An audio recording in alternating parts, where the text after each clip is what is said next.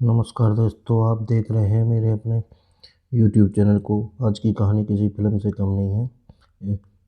न इसमें कोई काल्पनिक भूत है, न कोई बनाई हुई कहानी है।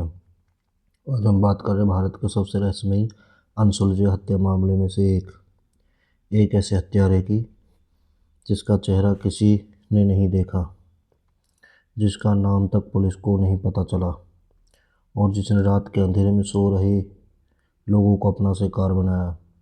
लोगों ने उसे एक नया नाम दिया, द स्टोन मैन। और सबसे डरावनी बात, आज भी वह निश्चित नहीं है कि वह वास्तव में कौन था, या फिर वह एक ही व्यक्ति था भी या नहीं। यह कहानी 1989 के कोलकाता के एक शहर की है। 1989 में जून का महीना, उस समय कोलकाता आज जैसा शहर नहीं था। रात होते ही कई इलाकों में सड़कें सुनसान हो जाती थी। फुटपाथों पर ऐसे बहुत से लोग सोते थे जिनके पास रहने के लिए घर नहीं था। कोई मजदूर था, कोई रिक्शा वाला था, कोई रिक्शा चलाकर अपना गुजारा करता था। कुछ ऐसे लोग भी थे जो कोई स्थानीय ठिकाना नहीं था, जिनके लिए फुटपाथ ही उनका घर था। लेकिन बात 1989 की एक रात, उन्हें फुटपाथों पर सोने वाले लोगों के बीच एक ऐसा खतरा आया जिसका जिसका किसी को अंदाजा नहीं था। उसके सिर पर गंभीर चोट। जून के महीने में एक व्यक्ति मृत पाया गया जिसके सिर पर गंभीर चोट थी। जांच में सामने आया कि चोट किसी भारी पत्थर जैसी वस्तु से लगी थी। शुरुआत में यह एक सामान्य हत्या जैसी लग रही थी, लेकिन फिर एक और शव मिला, फिर एक और धीरे धीरे पुलिस को एक पैटर्न दिखाई देने लगा। पीड़ित रात में सो रहे थे। ज़्यादातर लोग फुटपाथ पर रहते थे और जिनके सिर पर भारी पत्थर से वार किया गया था। कातिल कुछ लूटता हुआ दिखाई नहीं देता था। कोई स्पष्ट मकसद सामने नहीं आया और सबसे बड़ी समस्या, कोई गवाह नहीं था। शहर में डर का माहौल फैलने लगा। जैसे जैसे ऐसी घटनाएं बढ़ती गई, लोगों के बीच एक नाम फैलने लगा, स्टोन मैन, यानी पत्थर से हमला करने वाला आदमी। अखबारों और लोगों के बीच नाम इतना मशहूर हो गया कि देखते देखते पूरा शहरी संजाल हत्यारे की चर्चा करने लगा। कहा जाता है कि 1989 में लगभग 6 महीने के दौरान 13 लोग ऐसी परिस्थिति में मारे गए जिनकी हत्या को स्टोनमैन से जोड़ा गया। इन हत्याओं की सबसे भयावह समानता पीड़ित सो रहा था।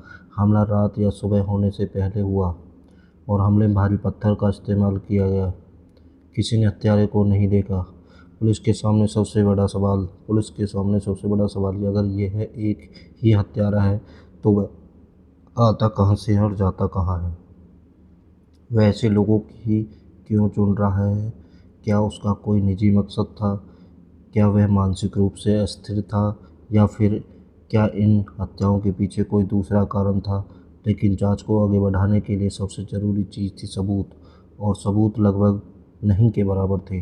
अधिकांश पीड़ितों की पहचान तक नहीं हो पाई थी। कई शवों पर दावा करने वाले कोई परिवार सामने नहीं आया। इस वजह से जांच और भी मुश्किल हो गई। लेकिन कहानी में एक और रहस्य था। कुछ साल पहले मुंबई में ऐसी हत्याओं की एक श्रृंखला सामने आई थी। मुंबई में 1980 के दशक के मध्य से फुटपाथ पर सोने वाले लोगों की हत्याओं की घटना सामने आई थी। बाद में जब कोलकाता में इस तरह के हमले होने लगे तो लोगों ने सवाल उठाया, क्या मुंबई और कोलकाता की घटनाओं के पीछे वही हत्यारा था? यहीं से मामला और रहस्यमय हो गया। क्योंकि समानता थी, लेकिन यह कभी साबित नहीं हो सका कि दोनों शहरों में हत्याएं एक व्यक्ति ने की थी। कुछ लोग ने इसके एक ही अपराधी को करतूत माना, कुछ ने इसे अलग अलग अपराधियों का माना, और एक संभावना यह भी सामने आई कि कुछ घटनाएं कॉपी कैट किलिंग हो सकती थी, यानी किसी ने पहले हुई हत्याओं की खबरों के तरीका अपनाया हो। पुलिस ने रातों की निगरानी बढ़ा दी। अब पुलिस के लिए चुनौती सिर्फ हत्यारे को पकड़ना नहीं, उसे यह भी पता लगाना थी कि अलग हमला कहाँ होगा अगला। रात में गश्त बढ़ाई गई, संदिग्ध लोगों से पूछताछ की गई, इलाके पर नज़र रखी गई, लेकिन हत्यारा हर बार पुलिस से एक कदम आगे दिखाई देता था। वह कब आता, कहाँ से आता, कैसे किसे चुनता और हत्या के बाद कहाँ चला जाता, इन सवालों का कोई पक्का जवाब नहीं था। शहर में डर बना था। फुटपाथ पर सोने वाले लोग भी ज़्यादा असुरक्षित महसूस करने लगे, क्योंकि उन्हें पता था कि अगर हत्यारा सच में मौजूद है तो वह रात के अंधेरे में किसी को भी निशाना बना सकता है। और फिर कुछ समय बाद हत्या अचानक बंद हो गई। न कोई आखिरी चेतावनी, न कोई गिरफ्तारी, न कोई सबूत जैसे हत्यारे की पहचान हो सके। बस हत्याएं बंद। ऐसा लग रहा जैसे वह आदमी आया, कई लोगों की जान ली और फिर अचानक गायब हो गया। 1989 के अंत तक सिलसिला समाप्त हो गया, लेकिन सवाल वही रह गया, वह कौन था, उसका मकसद क्या था, उसने ये लोग क्यों चुने थे, और सबसे बड़ा सवाल, क्या वास्तव में ये सभी हत्याएं एक ही व्यक्ति ने की थी।